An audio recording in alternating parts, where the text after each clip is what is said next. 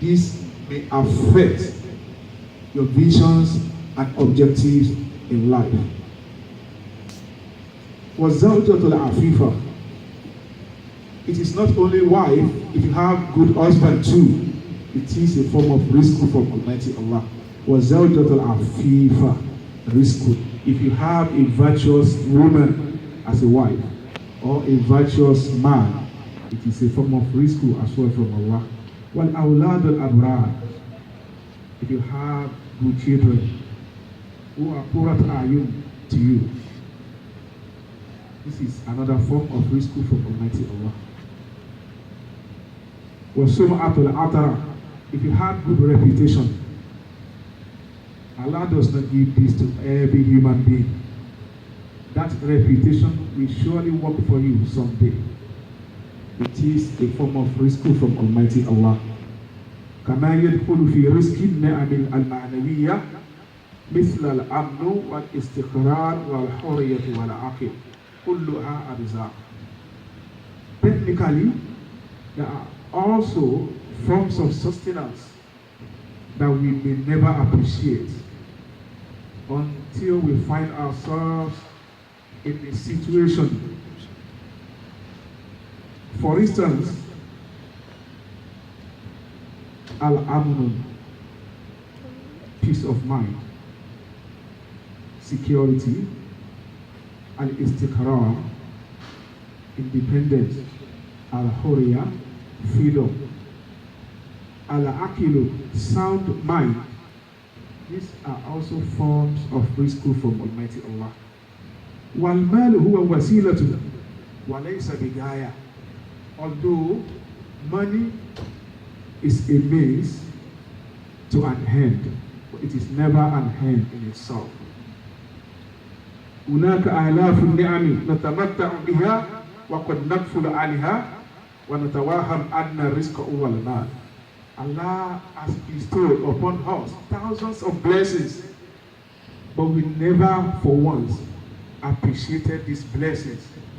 All our mind is how to increase our paycheck, how to secure a job that gives us more money.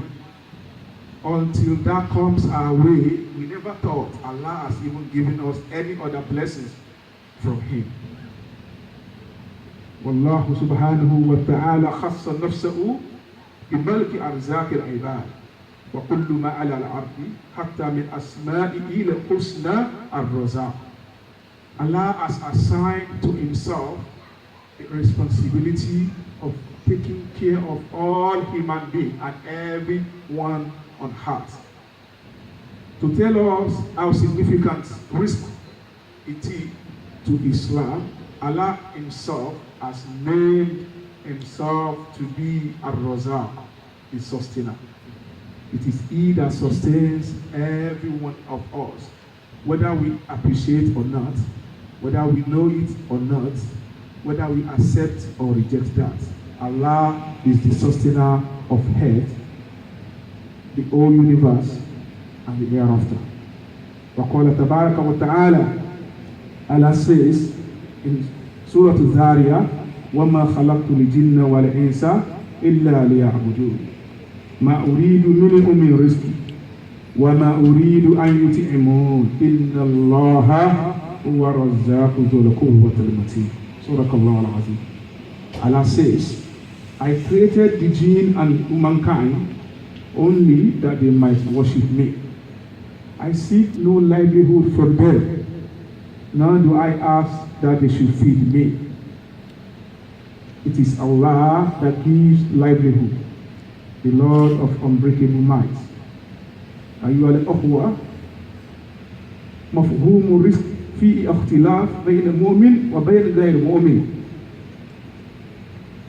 There are a few understanding and misunderstanding about the word sustenance between us as Muslims and others who are non-Muslims. As Muslims, we must appreciate three things about sustenance. The first one is an-rizqu min Allah. It is not our might nor our effort that gives us rizq.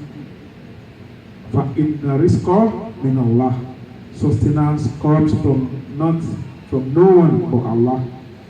Second one, وَأَنْ عَلَيْهِ أَنْ يَأْخُذَ بِالْأَسْبَابِ. As a Muslim, you must find a way of getting your sustenance. It is not enough for a Muslim to fold his arms and say, since Allah is the sustainer of their heart, He will surely provide, He will surely make provisions for me. No, that is not part of our belief as Muslims. You must have a means of getting that sustenance. ثُمَّ يَتَوَكَّلَ عَلَى اللَّهِ. You believe the sustenance comes from Allah, and you have a means of getting to yourself that sustenance. Those tools will never be enough. حَتَّى تَتَوَكَّلَ عَلَى اللَّهِ. Until you put your hope and trust in Allah. The degree you have, the knowledge you have, the position you have today, a lot of people, a good number of people are possessed the same thing, yet they are never near the position you are today. Whatever we do in life, whatever sustenance we got in life, it is never our might, nor our effort. It is a blessing from Almighty Allah. وَأَوْلَاءِ الَّذِينَ أَعْطَاهُمُ اللَّهُ لِمُلْكٍ مِنْهُمْ مَا لَا يُحِبُّهُمُ اللَّهُ عَزَّ وَجَلَّ. A lot of us will have the opinion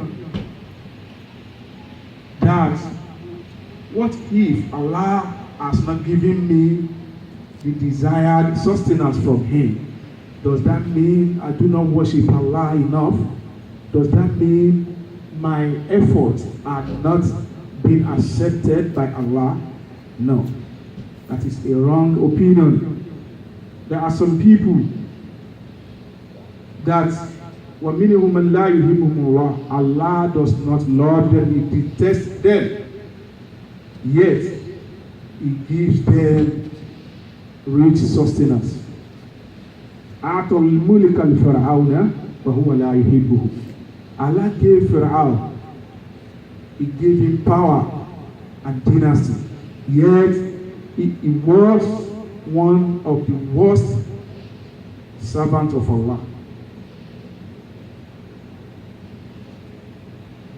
أعطى للنبي كريم سيدنا سليمان وهو يحبه. Allah gave Sulaiman power, knowledge, wealth, and dynasty. Yet he was a prophet of Allah. So here, money does not determine where we belong in the sight of Allah. You may have money, it doesn't make you a true servant of Allah. And you may not have enough. You might be the best of servants of Allah. أقول قول هذا أستغفر الله لي ولكم ولسائر المسلمين فاستغفروا الله إنه هو الغفور الرحيم. Having said all this, I seek forgiveness for myself and for you all and for the entire Muslim. Let's seek forgiveness from Allah. Surely Allah is the most forgiving.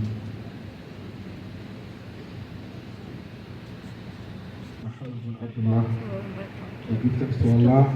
We beseech Him to send blessings to our Holy Prophet Muhammad, with the peace and blessings. We should understand there are two types of sustenance: the manifest one and the hidden one. The manifest one are those is the food we eat al-at'ima wa kullu man yatafaqu bihi li-jism li-ma'wa, like the cars we ride, the house we build, the clothing we put on, whatever that has something to do with our body, that is the manifest sustenance.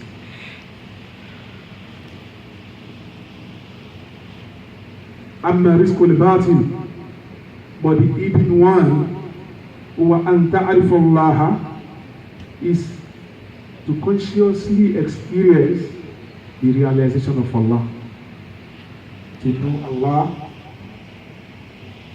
وأن تتصل به, to have a strong connection with Allah, أن تتقرب إليه, to move closer to Allah. and taqbal alayhi, to accept Allah wholeheartedly. These are the forms of the second type of sustenance. Allah does not give peace to everybody. It is not everyone on earth that has strong bond or connection with Allah. It is not everyone on earth that appreciates the essence or the being of Almighty Allah. إِلَّا أَيُّهَا الْأَخْوَةُ الْكِرَامِ أَنَّ رِزْقَ الْأَوَّلِ. We should understand that the first type of sustenance, مُتَعَلَّقْ بِالْجَسَدِ وَمُوَقَّتْ بِالدُّنْيَا. The first type of sustenance has an attachment only with our body, and it ends right here on earth. No matter the level of your wealth, whenever you die, that money will never go with you to your qabr. فَإِذَا مَاتَ الْإِنسَانُ. The first form of sustenance, money, wealth, clothing, houses, cars, all these. فَإِذَا مَاتَ الْإِنسَانُ. Once a human being passes away, once he breathes his last, انتهت الأرزاق الظاهرة. That first type of sustenance will come to an end. There's no way your company will pay you once you die. There's no way you deserve benefits from the government once you die.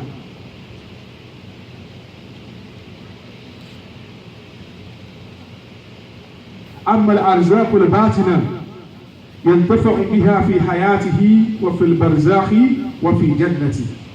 But the second type of sustenance, to have bond with Allah, to connect with Allah, to have hope and trust in Allah, to know Allah, all these one will benefit you in three places. Fil hayat, right here on earth. Wa fil qabr, when you get to your qabr, this type of sustenance will still be of benefit to you.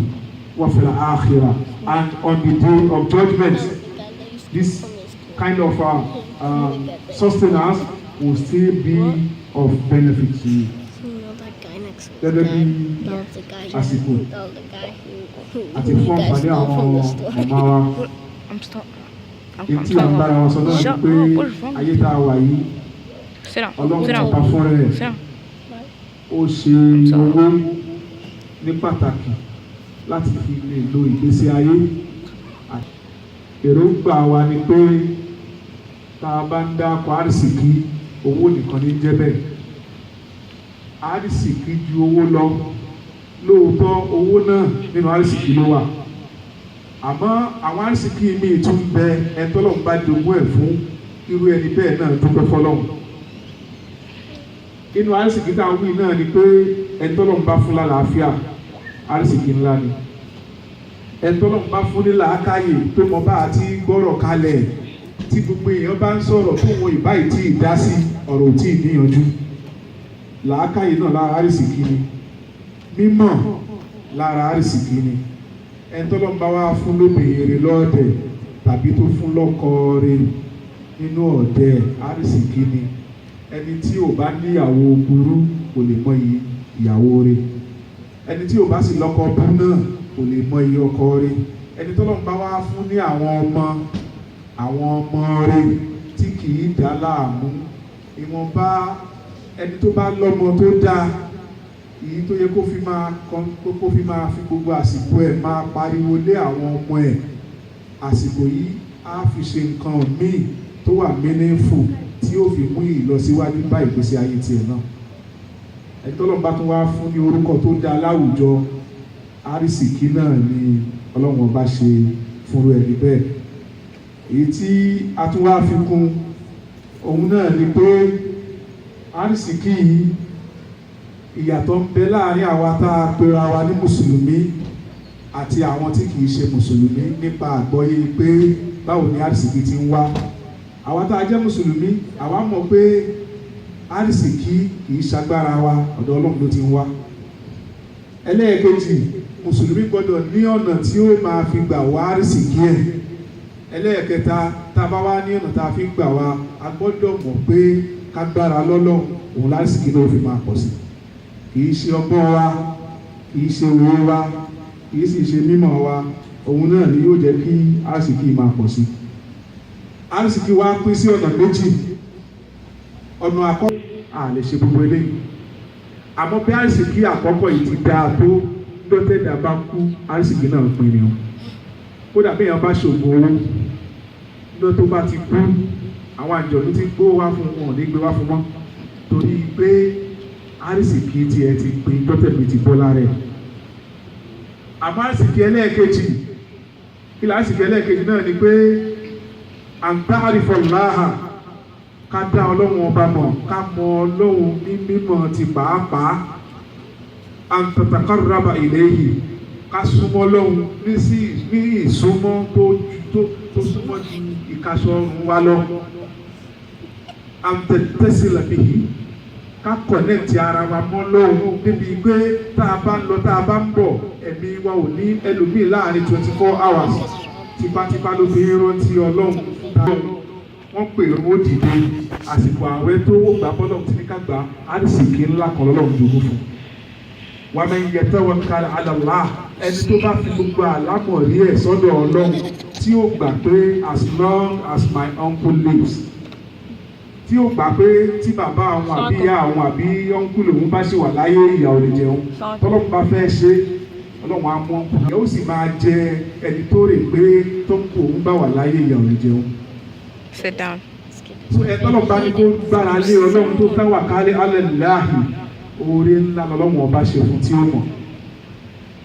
Èyí tó wá jẹ́ pàpàǹbarí ẹ̀, òun náà ni pé Ànábì wa Muhammad, Ànábì inna Allaha yu'ti dunya liman yuhibbu wa liman la yuhibbu, wa la yu'ti al-imana illa liman yuhibbu.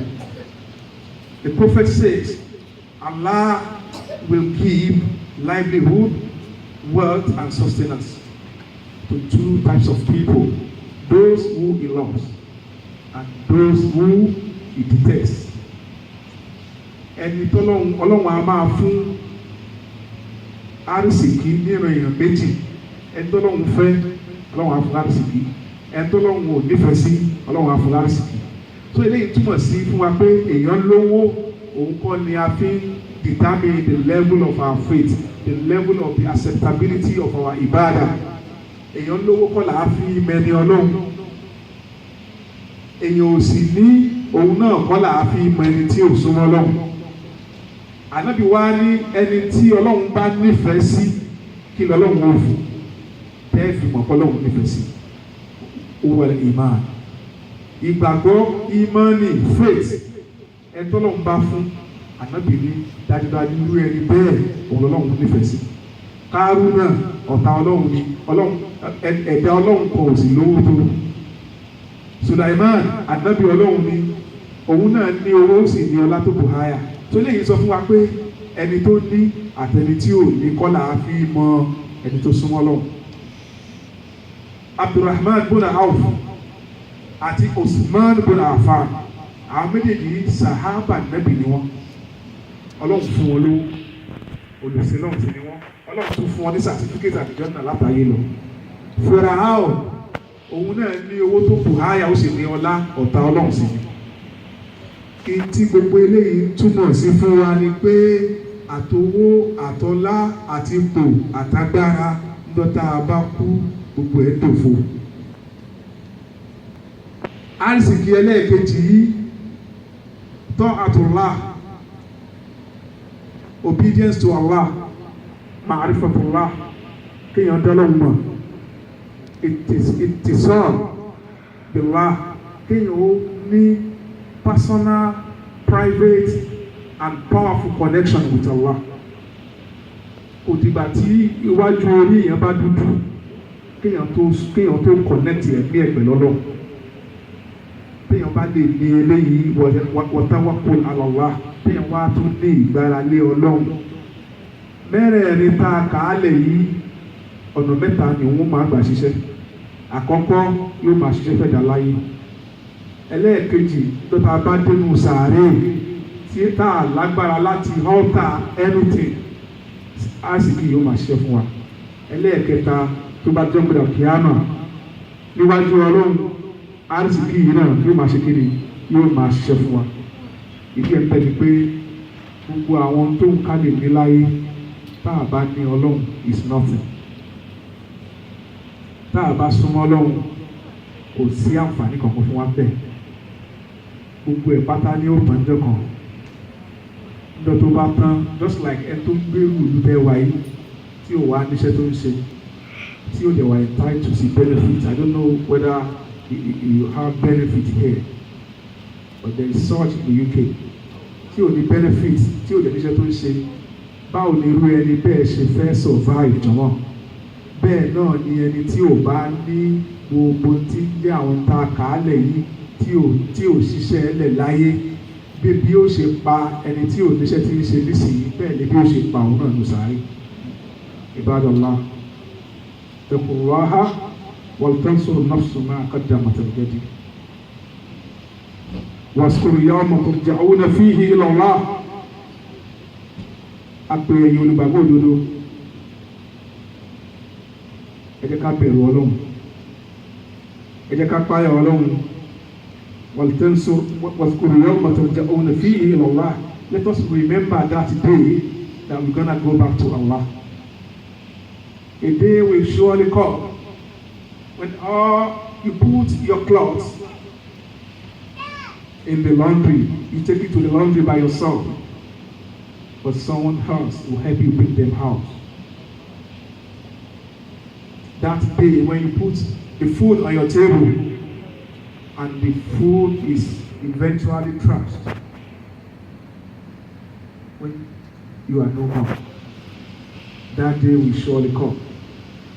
So what provisions are we making right now to ensure that whenever we are no more, we will have enough sustenance to keep ourselves in our cover? Imagine your father, your grandfather, your great-grandfather, your great-great-grandchildren only come one day. But we don't know ourselves in the couple. How are we going to sustain our soul over there? This is why we need to fear Allah. We need to fear Allah and try to do all we can. We pray to Almighty Allah to give us the strength to obey all His injunctions and instructions, and we pray to Him to accept every act of our ibadah as a righteous one, inshallah. Inna Allah ya'muru bil 'adli wal ihsan wa ita'i dhil qurba wa yanha 'anil fahsha'i wal munkar wal baghi ya'izukum la'allakum tadhakkarun. Allah commands justice, goodness, and generosity, and He forbids immorality, injustice, and oppression. He advises you that you may take heed. Ọlọ́run ló ń pa wá láṣẹ nǹkan mẹ́ta, òun sì kọ mẹ́ta fún wa. Ọlọ́run ní ká máa ṣe déédéé láàrin ara wa, ká sì máa ṣe dáadáa síra wa. Gbogbo tọ́lọ̀ ń bá fún wa lágbára, ká sì máa ná nínú ẹbí. Ẹbí ò gbọdọ̀ tọwọ́ wa bàjẹ́, ìjọ náà ò sì gbọdọ̀ tọwọ́ wa bàjẹ́. Ọlọ́run ló ń wá kọ̀ọ̀kan mẹ́ta fún wa. Ọlọ́run ní tẹ̀m̀bẹ̀lẹ̀ fún ọ̀tẹ̀ níbẹ̀. Ọlọ́run ní àfilẹ́ àfiṣèkìlọ̀ fún wa ká lè jẹ́ tí ó máa rántí Ọlọ́run. Allahumma ansur jami'a al-muslimin wa ansur man nasara ad-din wa khzil man khazala al-muslimin. Allahumma halik man kana fi halakihi rahatan lil-muslimin واكتب السلامة والعافية لجميع المسلمين ونجنا من كل بلاء ووباء. اللهم اجعل كل من دخل هذا المسجد من الآمنين حتى لا خوف عليهم ولا هم يحزنون من أمور الدنيا والآخرة واستجب